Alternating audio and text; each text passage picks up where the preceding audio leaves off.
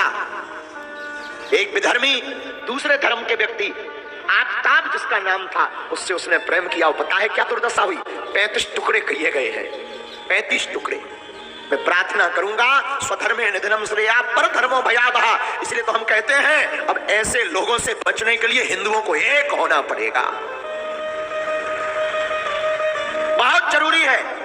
हमारी अब सब लोग, हम कुछ बोलते हैं तो सब लोग बड़ा उपद्रव करते हैं। हाँ, एक भी बोलते हैं कथाओं में तो लोग कहते हैं गुरुजी आप भड़काऊ भाषण देते हैं, हमारे खिलाफ डिबेटें चलाई जाती, न्यूज़ें चलाई जाती, हमारे खिलाफ पुतले फूंके जाते हैं। लेकिन अब लोग चुप हैं, कोई बोल नहीं रहा। क्यों? क्योंकि उन्हें पता है बोलेंगे तो क्या हासिल होगा। लेकिन हम सनातनी हिंदू हैं, हमारे अंदर हिंदू का खून है। हम जब तक जिएंगे तब तक सनातन एकता के लिए बोलते रहेंगे। बुरा मत मानना, मैं यहाँ बैठे सब पागलों से कहूंगा मुझे लौटकर दोबारा माँ के गर्भ में नहीं जाना है, किसी को नहीं जाना है। लेकिन जब तक जिएंगे तब तक सनातन की बात करते थे, करते रहेंगे। और आफताब जैसे विरोधियों को, धर्म विरोधी जो मानवता के भी विरोधी हैं, ऐसे लोगों के खिलाफ हम जंग लड़ते थे, लड़ते हैं और लड़ते रहेंगे। और अब हिंदुओं की बहनों को जगना पड़ेगा।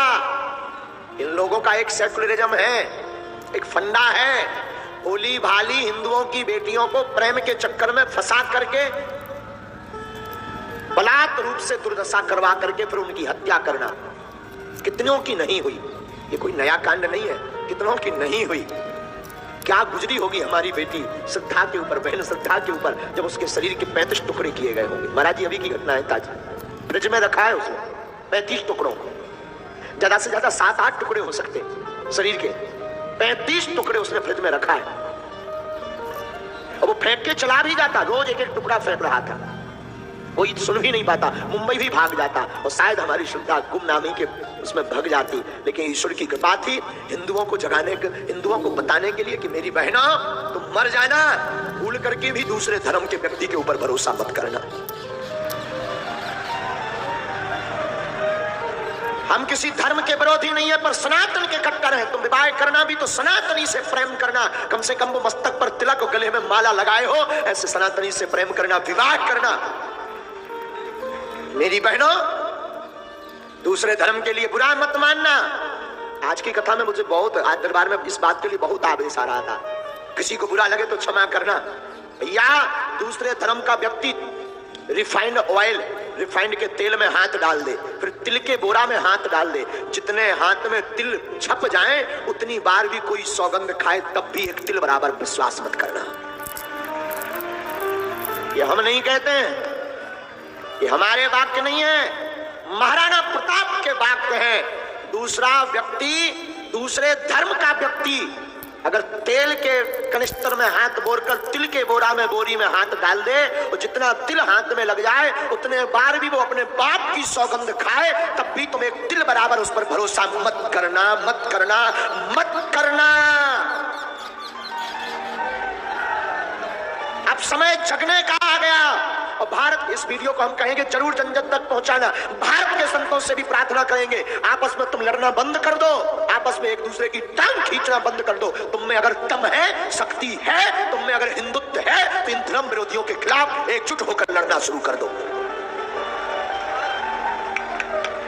तब तुम्हारी माला ठीक है, तब तुम गुरु के चेला ठीक हो।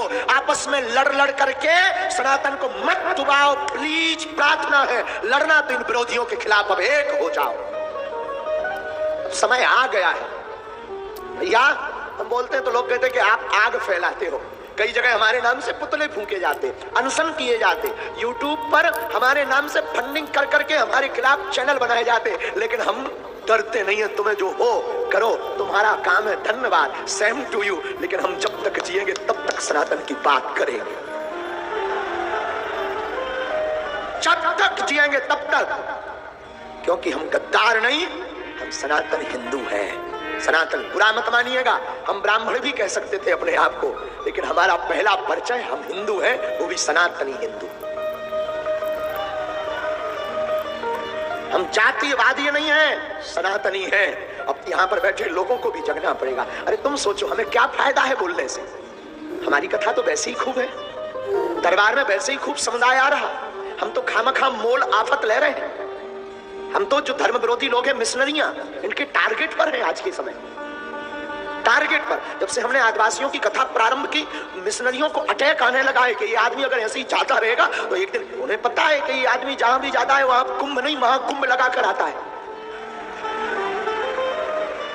इसमें हमारी कोई महिमा नहीं, महिमा बागेश्वर बालाजी की है, इसमें हमारी कोई महिमा नहीं। महिमा ये जो संत बैठे हैं, इनके भजन का प्रताप और इनके चरणों की कृपा और इनका हाथ हमारा माथ है, उसका ये प्रताप है। तो बहनों, मेरी बहनों, इस वीडियो को जरूर जन जन तक पहुंचाना। तुम मर जाना बिना विवाह के, काना कुबड़ा लंगड़ा लूला, इसको स्वीकार कर लेना बहन, मेरी बहन। अगर मुझे मानते हो तो मैं भारत की प्रत्येक बहनों से प्रार्थना करूंगा, स्वप्न में भी किसी दूसरे धर्म का, क्योंकि वो कलावा बांध कर आएगा, तिलक लगाकर आएगा, फिर तुम्हें लव जिहाद का शिकार बनाएगा। वो कालनेमी बनकर आएगा। वो अगर कालनेमी बनकर आए तो मेरी भारत की बेटियों, मेरी भारत की बहनों, तुम रानी लक्ष्मीबाई और दुर्गा बन जाना। तुम्हें अब रानी लक्ष्मीबाई बनना पड़ेगा। यत्र नार्यस्तु पूज्यन्ते रमन्ते तत्र देवता। और चंबल की बहनों, तुम पर कम असर है क्या रानी लक्ष्मीबाई का? ऐसे विधर्मियों के खिलाफ तुम भी मोर्चा खोलो। और कोई सनातन के खिलाफ या तुम्हारी किसी सहेली को कोई दूसरे धर्म का व्यक्ति बहला रहा हो, फुसला रहा हो, माया जाल फैला रहा हो, बहन मेरी प्रार्थना है, हो सके उसका पुरजोर विरोध करना। क्योंकि पहले वो व्यक्ति कलावा बांध कर आएगा, पहले तुम्हारे गरबा महोत्सव में, नवरात्रि में गरबा में आएगा। और अगर कुछ बोलो तो लोग कहते हैं गुरुजी आप नफरत फैला रहे हो, भाईचारा चलाओ। भाईचारा भर क्यों? बहनचारा भी होना चाहिए। गरबा में केवल वो मुसलमान भाई क्यों आते हैं? बहनों को भी उन्हें लेकर आना चाहिए। भाईचारा भर क्यों? भाई बहन चारा चलाओ, वो भी लेकर आए गरबा में, वो भी अपनी माताओं को, अपनी बहनों को लाएं।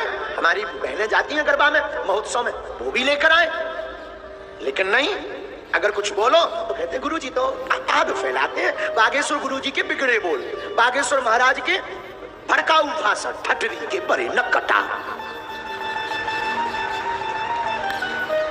तुझे सनातन की एकता की बात भड़काऊ नजर आती है, हिंदुत्व एकता की बात भड़काऊ नजर आती है। भारत के संत एक मंच पर हो जाए, ये बात बोले तो तुझे नफरत, तुझे हम भड़काऊ नजर आती है। बुरा मत मानना, सब अधिकारी भी बैठे हैं, सब लोग भी बैठे हैं, जो जिस पद पर है। आपके ऊपर ईश्वर की कृपा है, तुम पद पर हो। हम पे बालाजी की कृपा है कि हमें गुरुजी ने, बालाजी ने व्यास पीठ पर बैठा रखा है। लेकिन इसके ऊपर भी हमारा एक कर्तव्य है, वो है सनातनी हिंदू एकता। कर्तव्य का पालन करना, चाहे वो राजपीठ के लोग भी बैठे हैं, राजनेता भी बैठे हैं, तुम्हें भी सौगंध है सनातन धर्म की। तुम्हारे पूर्वजों ने, हमारे पूर्वजों ने हिंदू धर्म की रक्षा के लिए सिर कटवा दिया, पर झुके नहीं। और हम लोग झुक जाएं, क्या बुज़दिल हैं? सुभाष चंद्र बोस और चंद्रशेखर आजाद के देश के लोग हैं हम लोग, स्वामी विवेकानंद की भूमि के लोग हैं। मुझे बड़ा दुख होता है। और आजकल साधु ही साधु की निंदा कर रहा, एक सरकार दूसरी सरकार पर टारगेट। मैं प्रार्थना करूंगा, साधुओं को एक होना पड़ेगा। लड़ने से काम नहीं चलना है, शक्ति दिखाने से काम नहीं चलना। और शक्ति अगर सनातनी व्यक्ति को दिखाई तो क्या खाक दिखाई? शक्ति दिखाना ही है ना। सब सनातनी संत एक हो जाओ और इन विरोधियों को दिखाओ शक्ति क्या होती है।